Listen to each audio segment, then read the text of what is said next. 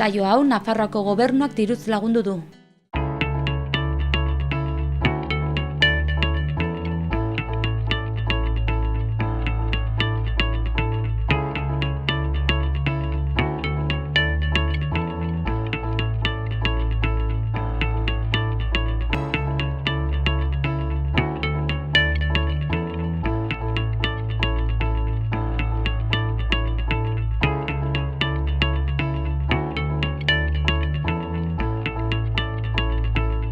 Gaurkoan uhartera etorri gara herriz-herri ibilbideekin segitzera, hemen ere alkate, zinegotzi, bisitak gidatu eta herriko eragile desberdinekin elkarrizketak egingo ditugu.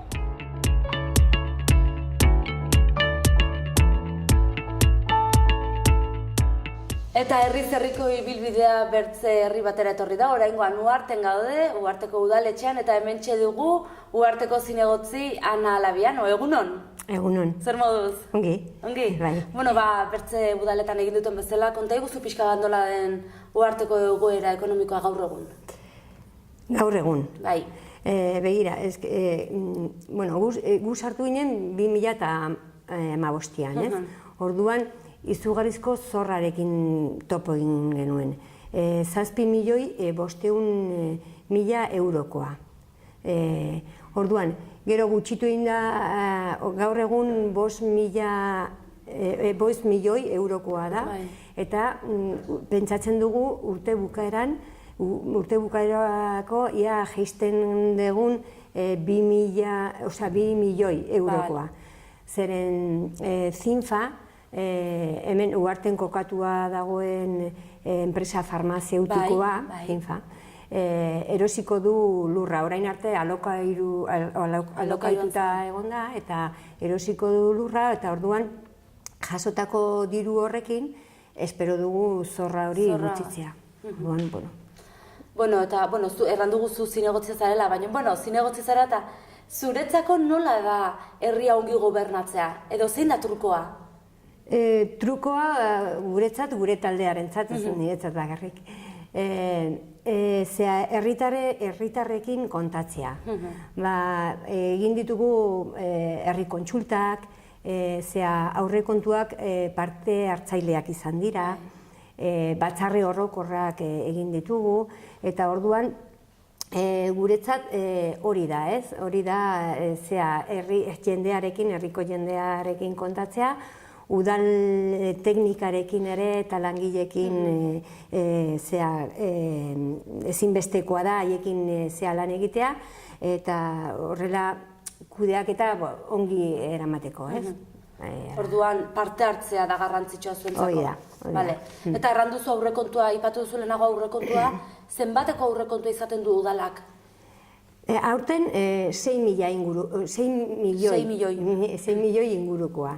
Iaz nahiko antzekoa izan zen, eta saldo positiboa izan genuen 750.000 eurokoa, eta orduan pozik gelditu ginen, eta aurten. Eta inbertsiorik egiteko asmorik? Inbertsioa, begira, dugun panorama ekonomikoarekin, Nafar gobernuarekin kontatu behar dugu. Hortikan dator diru laguntzak. Eta une honetan eman digute diru laguntza eskola zarrako teiatua konpontzeko. Baina hori 2019an eginen da. Diru laguntza hori jasoko dugu orduan. Eta gero ere argiteri publikoa hobetzeko azterketa energetikoa inbertitu egin behar dugu. Eta kaleen zoladura ere berritzeko ere horiek dira, horako gauzak dira. Azpiegitura pixkat moldatu eta... Hori da. Eta Uharte momentu horretan proiekturen batean sartuta dago? Bai, behira.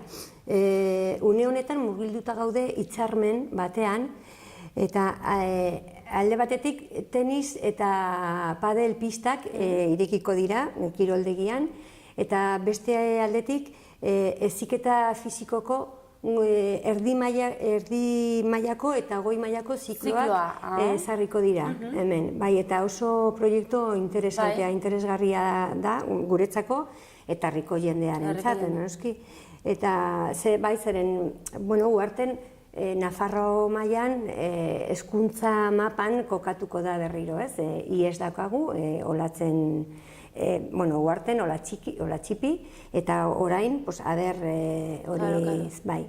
Eta gainera, aurten, hasiko da, estu ibiligea denboraz, baina hurrengo ikasturterako eskaintza euskeraz egingo da. Hortan hitzein dugu. Orduan, sortu behar den hau izango da 2018ra begira edo aurrera?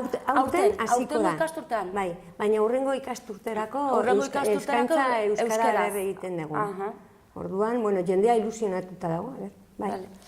Eta etorkizunera begira proiekturik burutan? Begira, gure taldea, guretzat ez da garrantzitsua azpiegitu handi horietakoak, ez? Orduan, guretzat interesantea da, ongi funtzionatzen duena jarraitzea, ez? Eta zerbitzua onak eskaintzea jendeari, ez? Herriko jendeari. Adibidez, horrexeatik, ikaragarrizko ahaleginak egiten ari gea, izotz jauregia eta esparekin, proiektu baten barruan nola zen proiektua pastilla gutxitu eta gehiago mugitu. Hori osasun zentroarekin egin genuen proiektua. Azpi egitura horiek nolabait herrira hurbiltzera. Eta orduan jendearen harrera ezin hobea izan da eta oso ilusionantea da.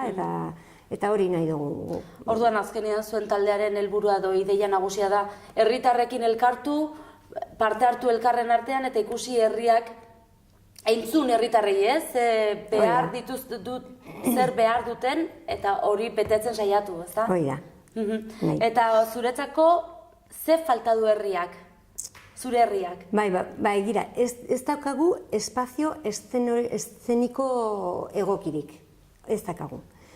Hemen eraikuntza burbuila aprobetxatuz hainbeste gauzak egin ziren, ez? Adibidez, daukagu ere arte garaikideko zentroa. Baina guk jendea eskatzen duena oraindikan ez daukagu. Eta da espazio eszeniko dexente bat, ez daukagu oso txikia eta hori ez daukagu. Eta ere, eskaera egin dugu Nafar gobernura, aspalditik proiektatuko bidea, N30 inguru bidea.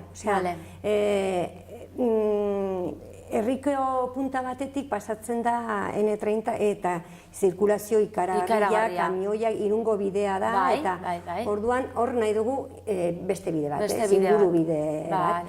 Eta hori aspaldiko proiektu da, eta ez da gauzatu, eta gu nahi dugu zati hori herrirako errekuperatu, ez? Eta kriston trafikoa eta arriskutsuak, eta hor dago merkataritza ere, eta zerbitzuk hotelak, eta okindegiak, eta hortikan kentzen dugu bide hori importantea da. Eta zuk uste duzu Uhartek baduela bizia? Bai. Uharte oso herri bizia da, bai. Talde, kirol eta kultur taldeak asko daude, oso konprometituak eta beti pres edozein gauzarako egiteko, eta hori kaleko bizia nabaritzen da. Kanpotarrak, kanpotik etorri diren jendea, oso posi dago Uharterekin, hemen ze ongi bizitzen den, saber jarraitzen dugun horrela, ez. Zu hemengoa zara? Bai. Eta nabaritu duzu aldaketa? Bai, izugarri, bai.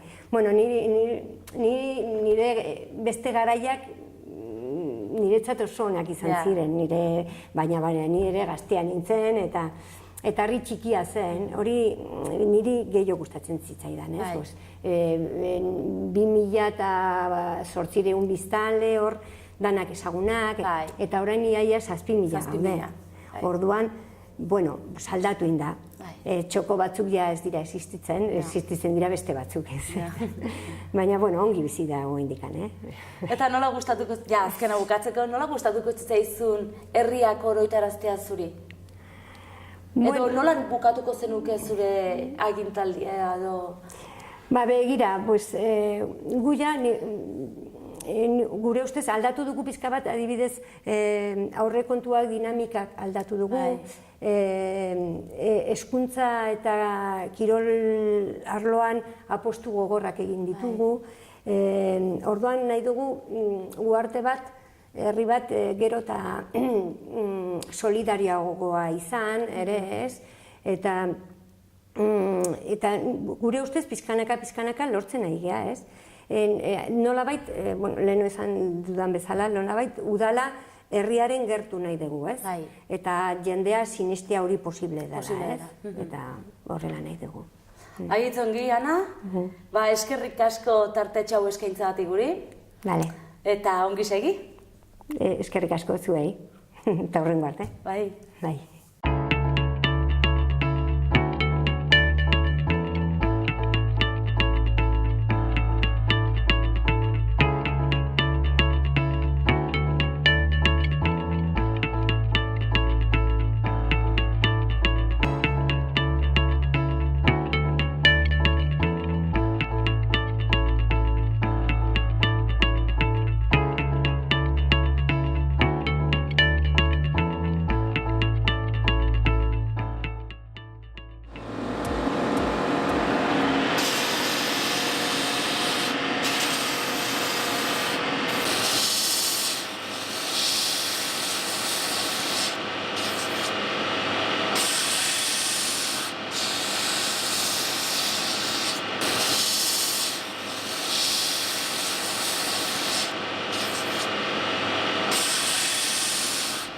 Eta uhartean jarraitzen dugu, eta oraintxe etorri gara Zapatari dendara. Eta hemen dugu Zapatari dendako nagusi. Edu, egun hon, Edu? Kaixo, egun hon. Zer moduz? Ongi. Ongi? Bai. Bueno, konta iguzu pixka bat nola eta nondikan sortu zitzaizun horrelako denda bat irekitzaren ideia? Pues ni lehen logistika lanetan ibiltzen nintzen. Da, pilo bat aspertu nintzen, estresa eta ezin deskonektatu eta guzioi, eta bizitza aldatzea deziditu nun, da zerbait bilatu nun, oso komplikatua, edo ez komplikazio gehiagirik sortzen ez zidan zerbait, da montatuen nun. Orain dela? 3 urte terdi bai. Eta zer moduzko esperientzia momentu? Ona. Oingoz ona. Eta badazu, adibidez, orain dela 3 urtetik honat ikusi duzu aldatu dela kontsumitzaile profila? Ez, gehienetan hori berdina die, bai. Eta denda txiki bat, herri batian denda txiki bat izatea zer suposatzen du? Asko peleatu beharra. Bai, ez? Da interneten bidez asko propaganda egin, da sare sozialetan, da guztioi. Zen azkenen, herriko jendeak bakarrik ezin duzu bizi. Orduan, lan asko... Orduan horrek erran nahi du sare sozialetan ere zu sartu zarela? Bai. Beharko, bai, ez? Gauza espezialak egiten eta adibidez moteroak erabiltzen dituzten arropak edo botak eta horretan asko sartu eta zaldian ibiltzen den jendea baita. Espezializatzen pixka bat, lan gehiago aurkitzeko bestela. Orduan izatea, zure mehatxurik handiena izatea gaur egun sare sozialak edo interneteko erosketak sortzen duen arazo hori, ez? Hoi da, azkenen hori gertatzen da.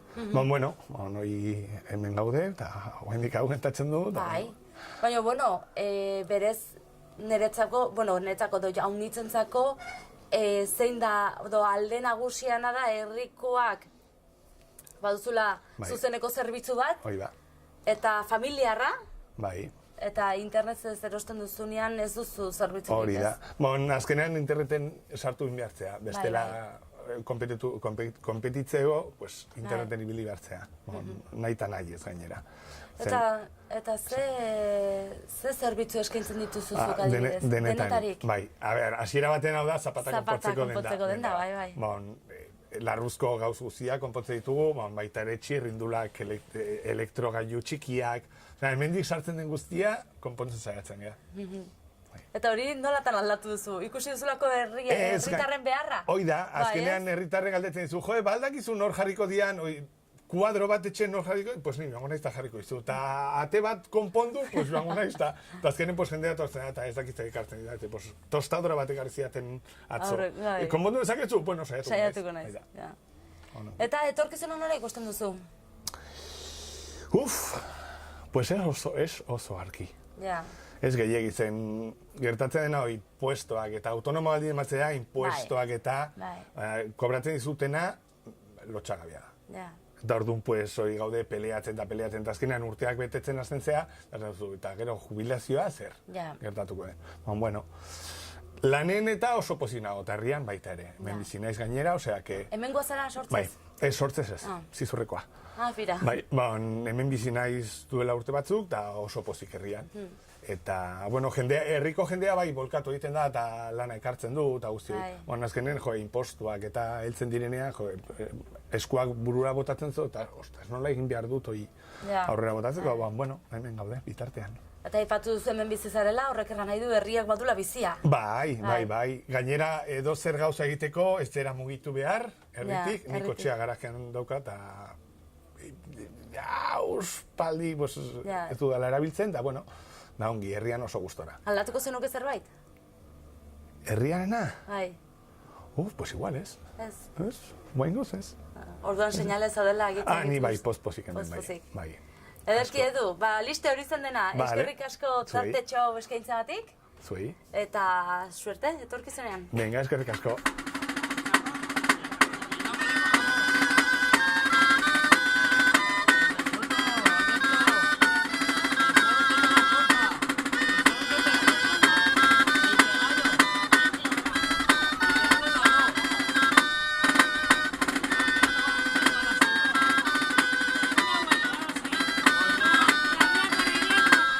Eta uhartetik paseoan, nun ikusi dugun, eta erraldoi eta kilikiak gordetzen dituzten garajea irekita, eta hortxe arrautu dugu mutiko gazte bat, Dorian, egunon Dorian? Egunon. Zer moduz? Oso ongi, bai. Bueno, eta zuk uste dugu kiliki eta erraldoien konpartsako kide zarela? Bai. Kide gaztea? Bai, kide gaztea, bai. Bueno, eta noiz sortu zen taldeak, erraldoi eta kilikien talde hau? Pues erraldoiak 1951an sortu ziren, eta pues maiordomoak uharteen egin zituzten, eta erreginak Kataluniatik etorri ziren. Kataluniatik etorri ziren? Aiba. Eta erregina eta Kataluniatik etorri ziren, baina arropak eta dena ekarri ziren Kataluniatik edo? Ez, hori uharteen egin zen, hemen herriak bertan egin zen. Bai. Gaur egun zenbat pertsonak osatzen duzu erraldoi eta kilikien konpartsa? Pues txikiena eta ikandienera agian gara 60 edo horrela. Orduan pentsatzen dut etorkizuna badela konpartxan, ez? Erran nahi dut, azpitik datozte gazteak, zu bezalakoa, zenbat urte dituzu? 15. 15 urte dituzu eta ja taldean zaude. Bai. Eta pentsatzen dut zu bezala gazte pilo bat hasi zanen direla. Bai, asko, agian bai. Orduan honek badu etorkizuna. Bai. Oso ongi.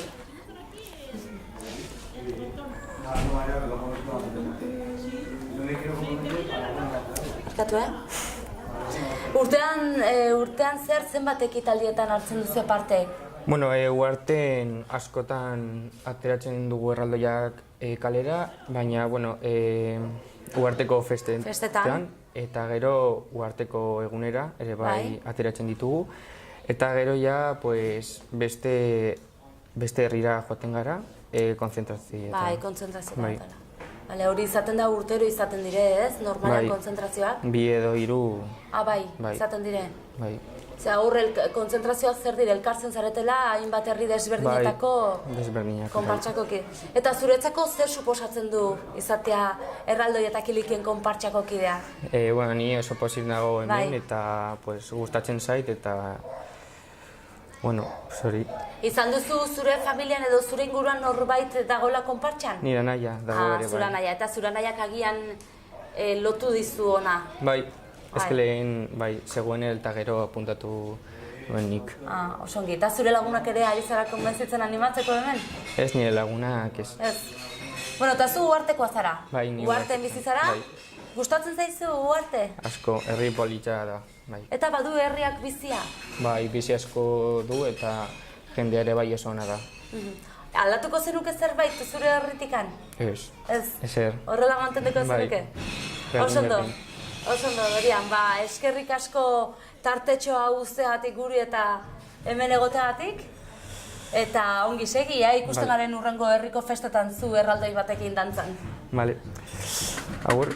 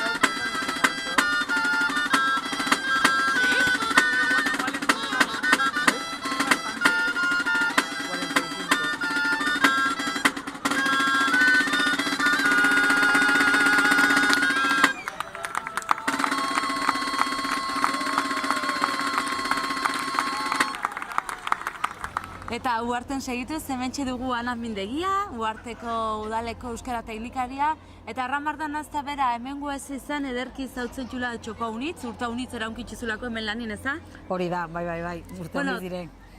Eta kontatu, nora ekarri gatzuzu orain? Pues begira, ekarri dizuet, istante hemengo bestak dire, irailaren erdialdean edo hasten dire, eta justo parke honetan, el Ferial Plaza da, deitzen da, garai batean hemen egiten ziren zerriferiak, eta horregatik mantentzen du el Ferial edo izen hori, eta egun hemen egiten dire, bestetan antolatzen diren herri bazkarik eta horrela hemen egiten dire. Pues bestetako astelenean kostillada, egoten dela hau dena bete eta jendeak hartzen ditu bere mailak, bere aukie, jatekoa eta udalapatzen du sua eta horrela, eta horre egoten dire anaintzin hartan justa parkaleko horretan egoten dira asadoriak, eta bueno, eta gero astiartean kalderetak, launbetetan egiten dire paelladak, eta hau egoten da dena giro derrean.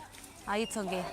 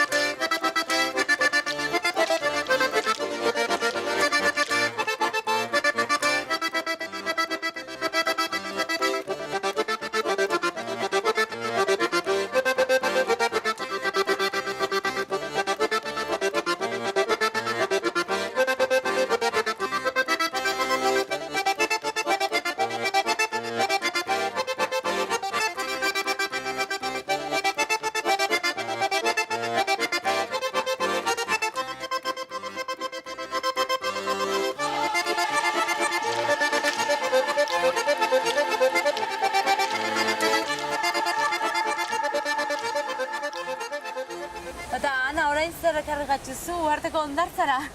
Pues bai, gutxi gora bera. Etorri gara pixka bat paseoan alde zarretik, eta etorri gara Uharteko presara, Atondoa presa. Uarte izena bera zerraten duen bezala, ur artean da, eta orduan inguratzen ditu Arga ibaia, hemen ikusten duguna, Egugitik heldu dena, eta Ultzama ibaia, eta elkartzen dira biak Atarrabiako mugan.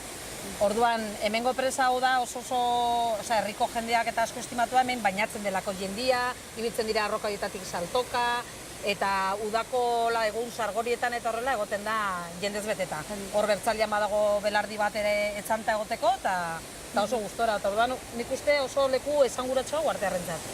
Eta erreka izatea, edo presa izatea aparte, hemen dago ibilbide bat ere? Hori da. Hemendik pasatzen da Arga Ibai parkea, Iruñerriko mankomunitateak egindakoa, eta baita ere Santiago bidea. Santiago bidea heldu da Esteribartik, eta joan zaitezke edo Arrekot Irutasun Santura mendian atzetikan, Oiana mendian atzetikan, edo hemendikan sartu eta hemengo aterpera. Hemen Uartek bertan badu aterpe bat. Bazuen aterpe bat, historia da, jende gutxi eta ibiltzen zela, eta orduan edukitzea leku bat horrela aterperako, eta justo orain, baina joan den hilabetian, itxi zen, etzelako zapenaz erabiltzen. Bai, jendea pasa eran bai, bino ja hemen hilo egiteko, igual jendea gehiago jotzen du Iruñera, ja oso gertu dagolako, Zakarrabian ere badago beste aterpe bat, eta orduan, bazen, bino justo orain itxia. Uartearrek badute igerilekuare bai, ez? Bai, justo herriko beste puntan egin ziren udali igerilekua, orain dela 20 bat urte edo horrela, eta arat joaten dire, bino, bueno, erreka guztoko duna, una atortzen da. Eta unitzetan, hau politagoa da igerilekua ginen, ez? Hori da, saltoka ibiltzeko, arroketatik eta hor igerilekutan ezin duzu. Ez. Horregatik. Leku politaga, bai.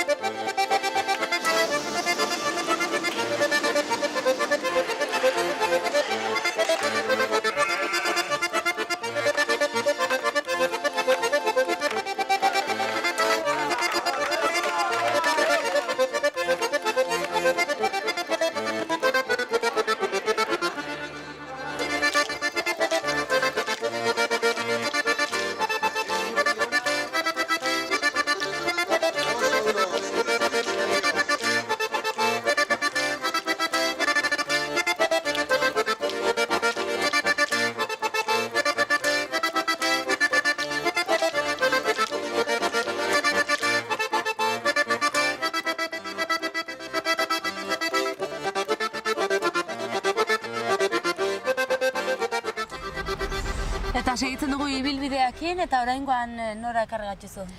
Parke batean hasi gara, parke batean bukatzeko. Haitzungi.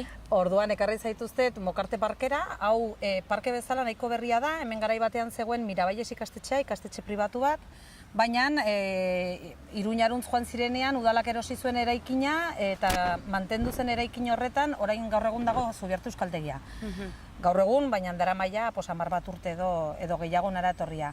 Eta gero parke honetan bat zeuden arbol, ikusten zu arbol ikaragarria daudela, handiak, eta batzuk zeuden erdihilak, eta orduan herriko gizon batek eskultorea dena, Jose Urdin, tailatu zituen. Eta erdihilak zirenean bigarren bizitza bat eman ziren. Eta hemen badugu toten bat, handikan badago bertze bat, 3. bat hor, eta 4. bat erortzeko arriskuan zegoena eta kendu zen eta gordeta dago konpondu eta nunbaiten patzeko. Bai, bino gordia dago. Orduan ikusten ditugun toten hauek garai batean arbolak ziren. Bai, hor dituzte bere sustraiak eta dena.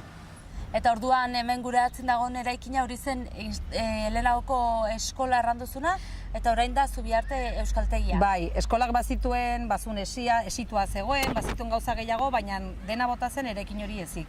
Eta udalaren propietatea da, baina badu hitzarmen bat Nafarroako gobernuarekin, eta orain hor dago euskaltegia, euskaltegi publikoa, gobernua duen herritarrentzako euskaltegi publiko bakarra, eta hortaz gain baita ere hor dago baliabide zentroa, euskarazko irakaskuntzarako baliabide zentroa. Hor daude hainbat langile gauzak prestatzen eta ereduko irakaslentzako. Bueno, pues hauxe izan da dena, ez, Ana? Eskerrik asko bisita hau eskaintzagatik, baita tartetxo bat eskaintzagatik guri ere, haunitz gustatu zaigu, agitz interesgarri izan da. Eta, bueno, bertza bat arte. Nahi duzun arte, uarten badaude baindikan xoko batzuk erakusteko. Bale, mila esker. Zuei, aio.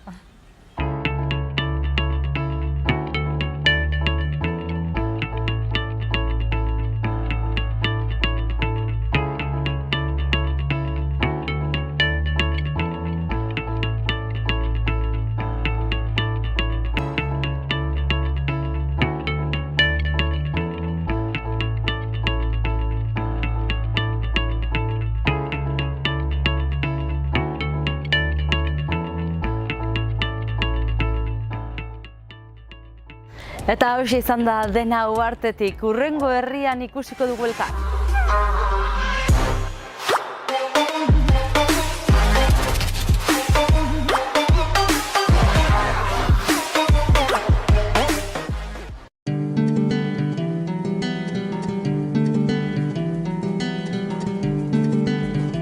Saio hau Nafarroako Gobernuak diruz lagundu du.